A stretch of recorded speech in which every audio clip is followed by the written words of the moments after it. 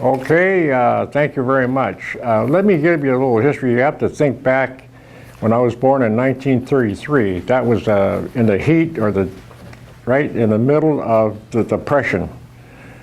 People nowadays don't appreciate Depression because the going salary, not the average, but a minimum wages, and they could live on it, was $30 a month. That's $1 a day. That's what you had to feed your family and rent and everything else. So it's my mother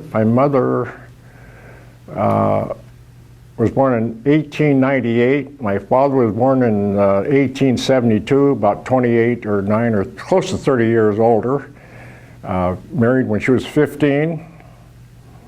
Didn't know how to read or write English, did not know how to read or write Chinese, because in the 1800s they didn't teach Chinese girls to be educated. They were to sire children, run the family and all that stuff. My father came from China in 1894, before she was even born, and went to San Francisco with relatives, and when they had the earthquake, after living there for 5 or 6 years, they had an earthquake there, moved to Astoria because they said it was his brother, but it was really his uncle. But in those days, no one cared how you're related. And in 1894, I don't think there were many cars around, so getting to Astoria was like the end of the world. The only way you got there was by boat or horseback or stagecoach. And I hate to say this, but Chinese weren't allowed to get on the stagecoach. They might go on a boat. I think might have been a train then. There were no cars, so they didn't come by car. My mother, he passed away when I was 12, so 1946 he passed away, so my mother and father had 6 children, and they were all born in 1915, 16, 18, 20, and 1931, 1933. So that was our family. You have to live in that era to think about what happened. Chinese were very suppressed in those days. They weren't citizens. They came over to work on a railroad, and as soon as the railroad got done, then they all either went home, and if they didn't know how to get home, they were the grunts of China. They were the ones that didn't have a job. They were not the educated ones. They weren't educated. They came over as workers, and most of them came as singles. There were no families that came over because they didn't want the family. They just wanted the guy to put the tracks down. When that was done, they came into Astoria, which was a seaport, and the fishing industry was very, very prominent at that time. Fishing capital of the world, salmon fishing. So all the Chinese came over there because they needed all the grunts again to work. So 1933, I had my brothers and sister were like 15, 17, 18 years older than I was, and they had all gone through school, well behaved, sent to school, study hard. There were a few Chinese, but they did the studying. They paid attention, and they were well behaved. And then I came along, and when you have a kid at 62, it's pretty hard not to spoil them. So I'd have to say that I was probably spoiled at that time, but I didn't know that. So when I was 4 or 5 years, then he had a stroke, and he passed away at 12. He was bedridden for almost 10 years, so I didn't really have a father because he was in bed all the time. They didn't send her to the institution because that wasn't allowed. So my mother took care of him, and things were tough. So when he passed away, here I was 12, my sister was 14, and no Social Security in the 30s. I just got out of the Depression. My younger years were during the Depression. We didn't have meat on the table every meal. A lot of vegetables, a lot of stuff that we had raised chickens downtown in Astoria, lived across the street from the post office in Astoria. It was considered Chinatown there because all the Chinese wanted to live together. So, in some way, it was an advantage because most of the residents in Astoria were all single. There are a lot of single Finnish, Norwegian, Swedes. We even had Indians, Hindus that a few came and worked in the canneries and the lumber business because that's what they got used to working in their old country, and they were the grunts too. They couldn't get the job back there, so they came here because their relatives or cousins or their brother or sister, so they did here. Same thing with the Chinese, they came over. In fact, in those days, they weren't allowed to come until 1946, but when you came, the Chinese could come. They had some law saying you couldn't come over here unless you were a merchant, a professor, or if you came as a laborer, they wouldn't allow you in here. So that eliminated that. And most of all us, and I'm saying Finnish, Chinese, all the immigrants, we were all immigrants. And in grade school, we were all immigrants just about. And that was to our advantage because I had a complex of being the only Chinese, one of the only Chinese. We had probably 4 or 5 other Chinese families when I was going to school. Now everybody here helped me. Everybody, when I was fatherless, and they knew us because my father was older and he was kind of the superintendent of teaching other Chinese kids to go to school. Everybody charged there. Even some of the white people there that lived in the area used to charge. And a typical, in the 30s and 40s, a typical monthly grocery bill, if you charge all your groceries in one store, it was less than $30 a month. And when they ran out of money, they'd buy downtown, and there were no Safeways. And finally, when they came during the wartime, they'd go down and buy during the first part of the month, but they only got paid once a month. On the end of the month, when they ran out of food, they came in and charged in our store. And then they'd pay the very next day. But yeah, that's the way it was. I mean, if you want to know about history of how people survived, they didn't have credit cards. They didn't. We were the guys that absorbed all that stuff. And my father was well thought of because he let everybody charge. We had a superintendent of a sergeant of the state police lived across the street, and so they were friends. And the city police chief lived fairly close by. They weren't well paid, but they lived down by us. And they charged at our place, so they became friends because my father always sent them like chickens and gifts during the holidays, as assurance that we're happy that we're sharing what we have. It wasn't trying to buy them. We didn't buy anything from them. I mean, we bought them. We thought, we said, well, you're a customer. So they all liked my father. And then when I was fatherless, everyone helped me. You think I got here by myself? No way. I wasn't even college material when I got out of here. I didn't think so at the time, but in fact, during the Second World War, they didn't even have a radio in every household. Because especially in Astoria, they had to have shortwave for crying out loud. They had one station. They had 2 stations. One station worked, and the other one wouldn't work. Newspaper was a big deal, but that only delivered by us grunts. I was 7 years old when I had the first paper route. That would be child abuse now, right? Can you imagine a little kid this big coming by every day at 65 65 customers? I had all kinds of people trying to help me. I'm not kidding you.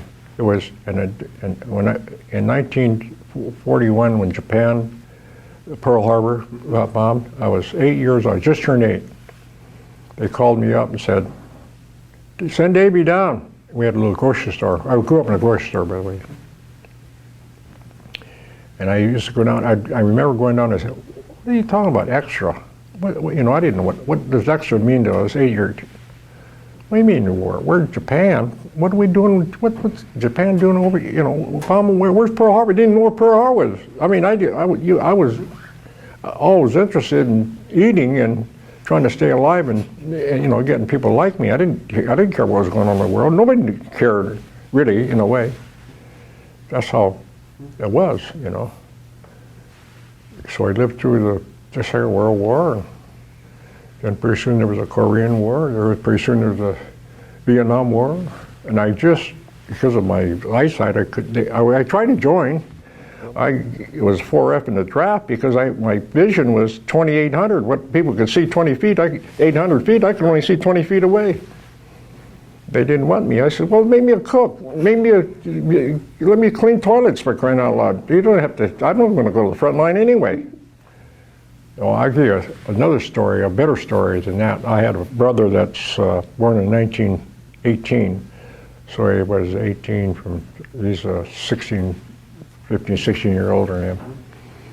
And he was well behaved. He was a valedictorian of his class in high school. He was the editor of the newspaper. People loved him because he was well behaved. Well, anyway, when my father got sick and died in '46, he was bedridden for almost 9 years. My brother, who was also accepted to go to Harvard, but it was too far away. And so he went to Oregon State to go to med school. And when he was in med school, my dad died. And my mother didn't know how to, like I said, didn't know how to read or write Chinese. She knew how to read and write English a little bit, but not financially and stuff. But she was kind of not street smart, but she knew enough to hold it together. But she was inundated with two more teenagers, not even teenagers, we were grade school kids, teenager in grade school. And my brother came home, and it was just his duty, the oldest son, to take over the store. He gave his whole career for us. And he watched me grow over there. I mean, my brother, I just love him for, you know, he gave his whole life. And he had 5 children, and he didn't own the store. He let my mother own the store. He just worked there and took care of her, his family, and my sister and I, and my mother. But you know, going through the war too, I mean, they were well respected, but only in our community. That was a blessing of living in Astoria and affiliated with the church. The church people backed us up. They all traded. They started trading there because of my folks and everybody around the neighborhood. See, in those days, the neighborhood bought from me. They didn't have cars to drive downtown. I mean, the people who lived around us were the working people of Astoria. So we had a pretty good thing going, and we charged. That's the best thing. We charged. Everybody charged there.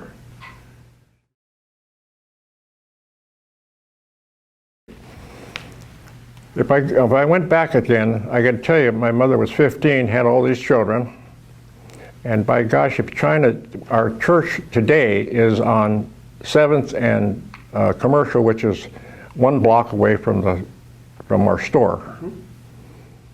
To this day, I remember the congregation had 2 women in there that wanted to, you know, the thoughts of religion is to pass on Jesus Christ and all that, and they wanted us to be Christians, so they taught my mother how to read and write English when I was going to school. This was after she was 30-some years old, and my mother was very, very smart, bright, street smart. God put me in a place where it was, and Linfield was a Baptist affiliated school. Good thing I went to Linfield. I was so happy to go to Linfield. I was really happy. I guess I was. I said, I remember Dr. Dillon, the first president. Dr. Charles Walker sent me a little note. And he was the second. I didn't even know him very well, but I got to meet him. Vivian Bull, she came by and I talked to her a little bit. I knew every guy.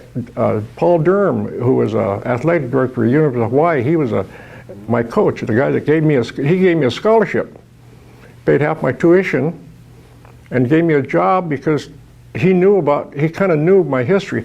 And I'll be darned, you know, his wife, I think he got widowed, but he married a Chinese lady in Hawaii. I don't know if you didn't know that. Ad Bretschman, one of the greatest persons, not only a coach, the greatest person of Linfield's history. He was affected more lives than he's my best friend, not best friend, but he's a real good friend of mine. And I was on a team with him. He was my coach. I played with him. He's the reason why I quit. I have a boy that just graduated from Linfield from Hawaii, and I was telling him a story this morning. I says, Ad Bretschman made me quit because he kept running over me, and the coach wanted me to tackle him. I said, I'm a quarterback. I'm not going to tackle that guy. He'll hurt me. Or I didn't want to hurt. Jokingly, I'd say I didn't want to hurt him. He was our All-American. He was an All-American football player. He's a great man.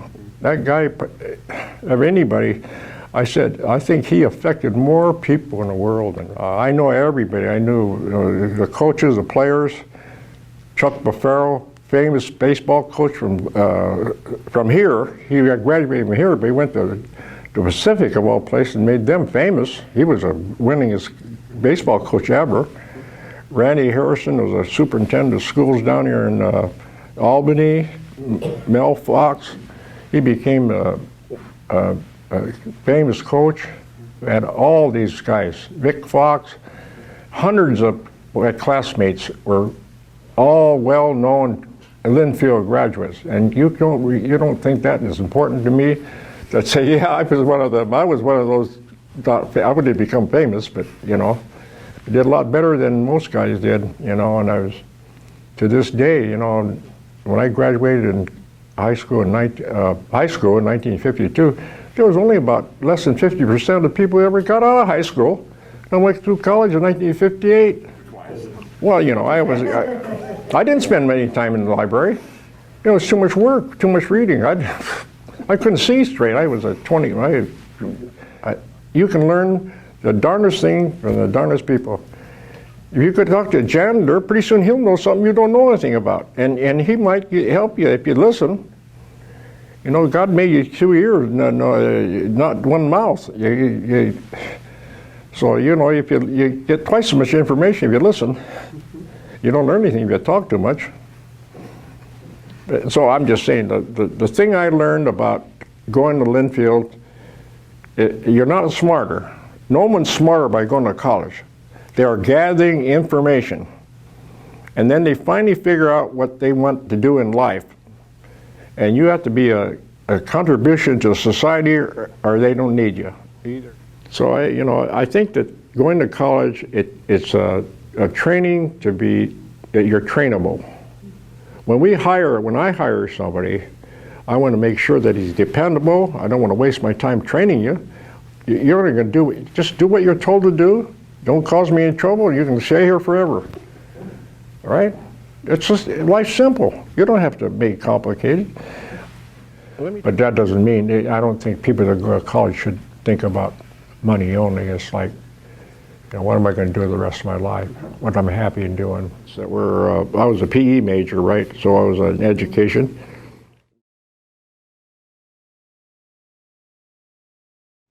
Oh, I taught PE in a small town, and to this day, they still call me. They call my students call me and want me to get together. They come down here and we visit.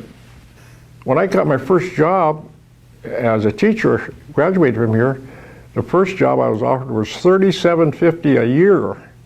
I got $300 a month. They'll pay you 9 or 12 months, and $150 for coaching.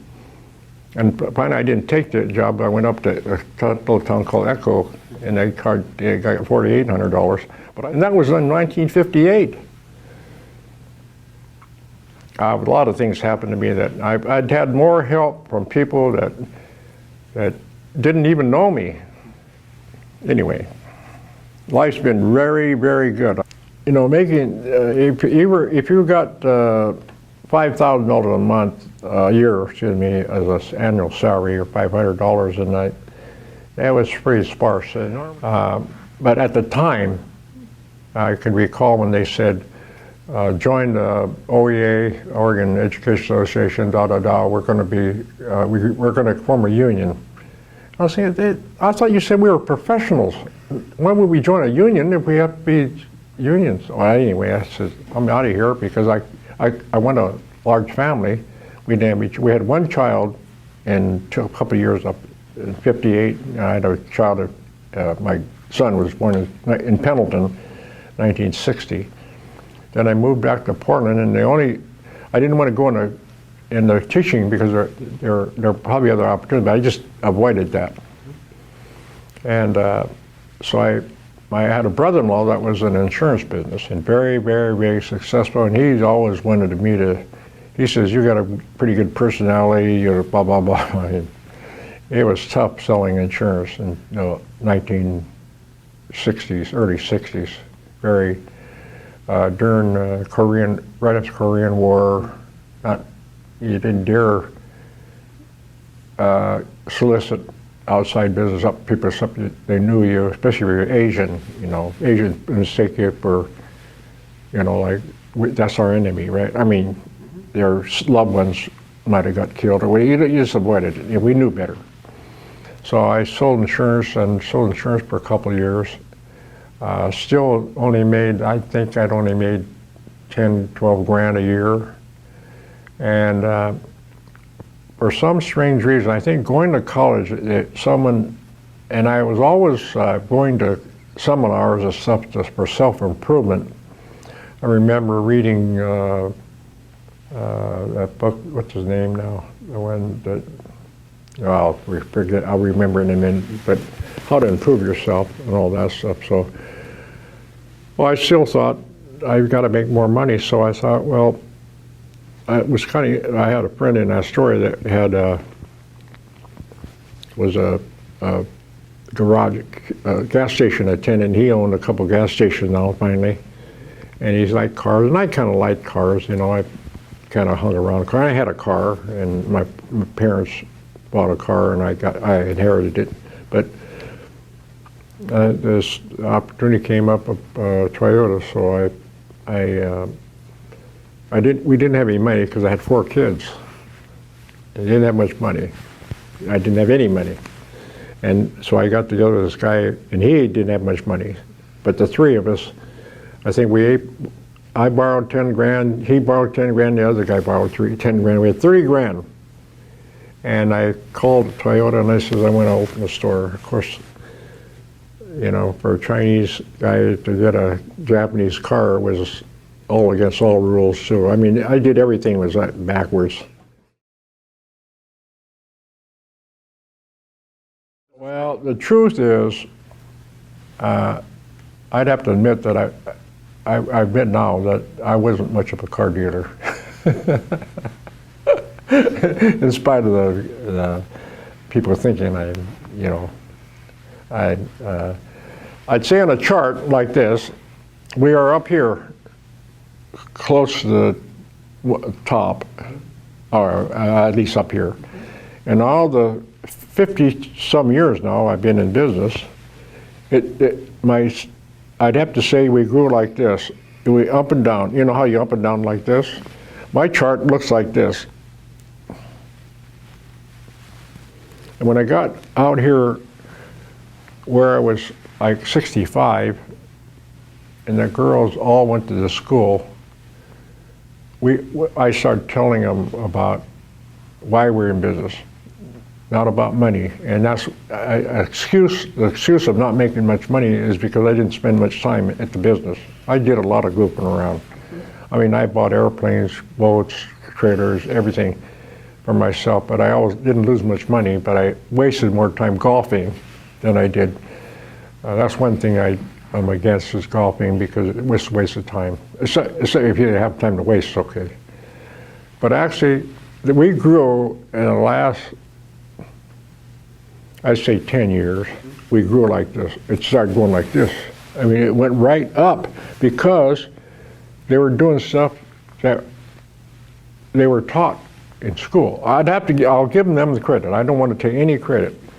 We had Christmas parties. We gave out bonuses, but we were sharing. They took a certain amount and shared with our employees. And their theme, those three girls, is to make Lum's Auto Center the best place in town to work. So I've been real fortunate being associated. I have to give credit to really the Toyota's franchise itself, but mainly my children who I helped educate. I didn't do it by myself because I didn't have enough money, but enough for maybe their tuition. But they all worked in the cannery. All four of them worked for the cannery. My son didn't stay in. It's unusual because most guys will be the business guy and the girls will be educators. My son is the educator, and now he's quit and he's joining us because we're having so much fun. He thinks it's fun. He thinks it's going to be fun. But I went him to. I says, I'm not hiring you. Your sister might hire you, but I'm not hiring you. You have to produce. You know.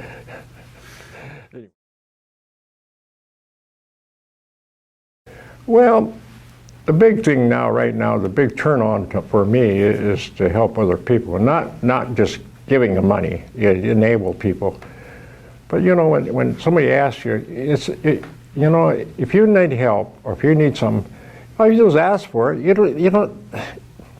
Us old guys, I'm not kidding you. You ask me, it's turn on. Hey, you mean you want to know something that you think I might know? I'll give you everything I know. It don't cost you a thing.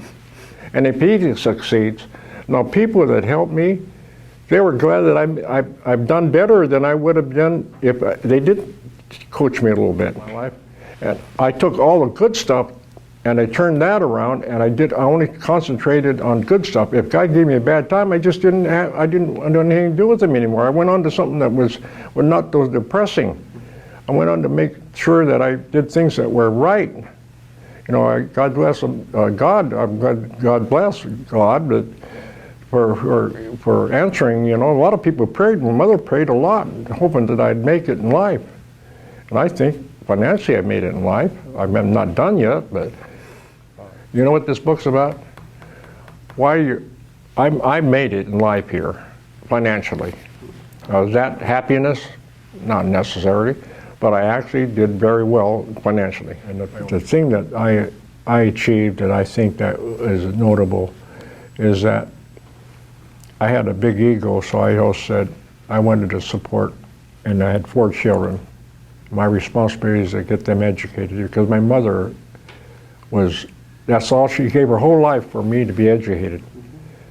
Yeah, my wife and I have been really blessed. We had I got 4 kids and 10 grandchildren. I have a lot to be thankful for. And, you know, my philosophy of money has nothing to do with money. What a great ride. A great ride. That's me. I'm having a great ride. Thank you so much. Yeah. Appreciate your time and your stories, and we'll let you off the hook.